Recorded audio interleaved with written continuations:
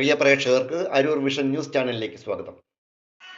ശ്രീനാരായണ ഗുരു മുത്തുരത്നം എന്ന് വിശേഷിപ്പിച്ച പ്രവാചകനായിരുന്നു മുഹമ്മദ് നബി എന്ന് സംസ്ഥാന കൃഷിമന്ത്രി പി പ്രസാദ്. മനുഷ്യ സ്നേഹത്തിൻ്റെയും കാരുണ്യത്തിൻ്റെയും ആർദ്രതയുടെയും പ്രതീകമായിരുന്നു മുഹമ്മദ് നബി എന്ന് അദ്ദേഹം കൂട്ടിച്ചേർത്തു. ഇസ്ലാം മതത്തിൻ്റെ മഹത്വം മറച്ചുവെച്ച് കരുതയ്ക്കുവാനുള്ള ബോധപൂർവമായ ശ്രമം ഇക്കാലത്ത് നടന്നു വരുന്നതിൽ അദ്ദേഹം ആശങ്ക പ്രകടിപ്പിച്ചു. അരൂർ മഹൽ മുസ്ലിം ജമായത്ത് കമ്മിറ്റിയുടെ ആഭിമുഖ്യത്തിൽ ചന്ദിരൂരിൽ നബിദിനാഘോഷം ഉദ്ഘാടനം ചെയ്ത് സംസാരിക്കുകയായിരുന്നു മന്ത്രി പ്രസാദ്. അദ്ദേഹത്തിൻ്റെ ജീവിതം ലോകത്തിൻ്റെ മുമ്പിൽ എല്ലാ കാലത്തെയും ഏറ്റവും മഹത്തരവും ബൃഹത്തായതുമായ ഒരു പാഠപുസ്തകമാണ്.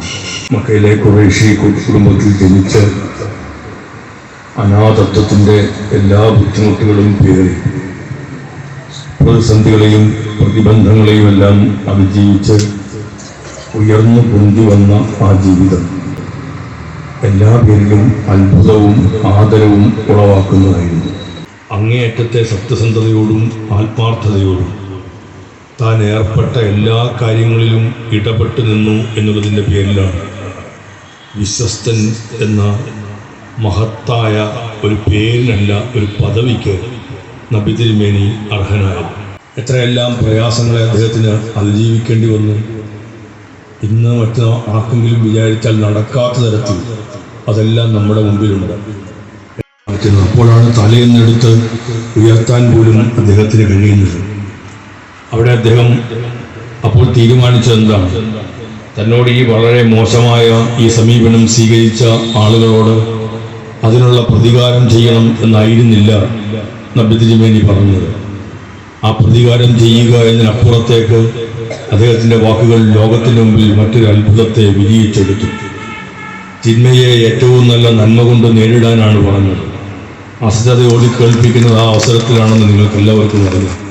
ഇപ്പോഴും പലരുടെയും ഉള്ളിലുള്ള പാഠം ശത്രുവിനെ ഏതെല്ലാം വിധത്തിലാണെങ്കിലും എന്നേക്കുമായി ഇല്ലാണ്ടാക്കുക എന്നുള്ളതാണ്. നാം കാണുന്ന യുദ്ധങ്ങളിലെല്ലാം കാണുന്ന രീതികൾ അത് തന്നെയാണ്. അത് ഇസ്രയേലിലായാലും പലസ്തീനിലായാലും എവിടെയും നമ്മൾ കേൾക്കുന്ന യുദ്ധങ്ങളിൽ കാണുന്ന കാഴ്ചകൾ അതാണ്. എവിടെ നടക്കുമ്പോഴും, അത് അവിടങ്ങളിൽ മാത്രമാവണമെന്നില്ല, എവിടെ നടക്കുമ്പോഴും ഇത്തരത്തിൽ ആയുധങ്ങൾ പ്രയോഗിക്കേണ്ടി വരുന്നിടത്തെല്ലാം എതിരാളികളെ അമർച്ച ചെയ്യുക എന്നുള്ളതാണ്. തോക്കും വാക്കും ഉപയോഗിച്ച് അതെല്ലാം ഏറ്റവും പ്രധാനപ്പെട്ട ആയുധങ്ങളായി കണ്ട് എതിരാളികളെ നിലംപരിശാക്കുന്നതിൽ ആനന്ദ നൃത്തം കൊള്ളുന്നവരുണ്ട്. അങ്ങനെ ആനന്ദ നൃത്തം കൊള്ളുന്നത് ഒരു ശരിയായ മാർഗമാണോ ഇല്ലയോ? എത്രയോ ആണ്ടുകൾക്ക് അപ്പുറത്ത് നിന്നിട്ട് നബി തിരുമേനി അക്ഷരാഭ്യാസം അരികിൽ കൂടി പോലും പോയിട്ടില്ലാത്ത ഒരാൾ ലോകത്തിനോട് ഉറക്കെ വിളിച്ചു പറഞ്ഞില്ലേ, തിന്മയെ ഏറ്റവും നല്ല നന്മ കൊണ്ട് നേരിടുക. ക്ഷമയാണ് ഏറ്റവും പ്രധാനപ്പെട്ട കാര്യം. ആ ക്ഷമയാണ് എന്നെ ആൾക്കുണ്ടാവുക. അള്ളാഹുവിൻ്റെ കൃപാകടാക്ഷമുള്ള ഒരാളിന് മാത്രമേ ക്ഷമിക്കാൻ കഴിയുകയുള്ളൂ എന്നുകൂടി പറഞ്ഞു വെക്കുമ്പോഴാണ് ആ വാചകം പൂർണ്ണതയിലേക്ക് എത്തുന്നത്. തിന്മയെ ഏറ്റവും നല്ല നന്മ കൊണ്ട് നേരിടുന്ന വേളയിൽ നിങ്ങൾക്കൊരാത്മമിത്രത്തെ സൃഷ്ടിച്ചെടുക്കാൻ കഴിയുന്നുള്ളത് മാത്രമല്ല, ക്ഷമയാണ് അതിൻ്റെ ഏറ്റവും പരമോന്നതമായ വഴിയെന്നുകൂടി പറഞ്ഞു നിർത്തുകയുമല്ലാതെ. ചന്ദിരൂർ ജുമുയത്ത് പള്ളി മൈതാനിയിൽ സെപ്റ്റംബർ 15 ഞായറാഴ്ച വൈകിട്ട് 5 മണിക്കാണ് നബിദിനാഘോഷത്തോടനുബന്ധിച്ച പൊതുസമ്മേളനം നടന്നത്. രാവിലെ 9 മുതൽ മദ്രസ വിദ്യാർത്ഥികൾക്കായി കലാസാഹിത്യ മത്സരങ്ങൾ നടത്തി. വൈകിട്ട് 5 മണിക്ക് നടന്ന സമ്മേളനം കൃഷിമന്ത്രി പി പ്രസാദ് ഉദ്ഘാടനം ചെയ്തു. പി മക്കാർ ഹാജി അധ്യക്ഷനായി. 1500 കൊല്ലം മുമ്പുണ്ടായ ഒരു സംഭവം, അവിടുന്ന് തെരുവുകൾ തുടങ്ങിയ ഒരു ദീനി പ്രവർത്തനം ലോകമെമ്പാടും വ്യാപിച്ച ഒരു മഹാ അത്ഭുതമായി മുസ്ലിങ്ങളെ കൊണ്ട് ലോകം നടന്നിരിക്കുകയാണ്. അതിലേക്ക് ജനങ്ങൾ സത്യാവസ്ഥ മനസ്സിലേക്ക് ജനങ്ങൾ അടുത്തുകൊണ്ടിരിക്കുകയാണ്. ഇനിയും ഖിയാമത്ത് നാൾ വരെ നിൽക്കുന്ന ആ പ്രവർത്തനം, അതുകൊണ്ട് ഈ ലോകത്തിലെ എന്താ സംഭവിക്കാൻ പോകുന്നത് നമുക്ക് നേരത്തെ പറഞ്ഞിരുന്നു. ജില്ലാ പഞ്ചായത്ത് അംഗം Ananthu Rameshan, Aroor panchayat vice president E Ishad, Aroor panchayat അംഗം നൌഷാദ് കുന്നേൽ, ഫാദർ ജോസഫ് കരിത്തേടത്ത്, അരൂരിലെയും പരിസര പ്രദേശങ്ങളിലെയും മതപണ്ഡിതർ തുടങ്ങിയവർ സമ്മേളനത്തിൽ പങ്കെടുത്തു. Aroor panchayat vice president E ഇഷാദിനെ വേദിയിൽ ആദരിച്ചു.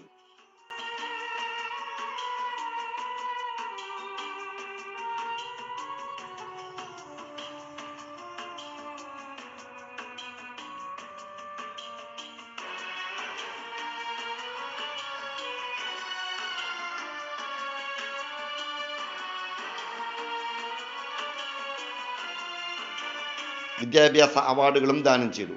പരിപാടികൾക്ക് ആഘോഷ committee chairman PP Makkar Haji, general convener AM Sharif, മറ്റു പ്രവർത്തകരായ VS ബഷീർ എന്നിവർ നേതൃത്വം കൊടുത്തു.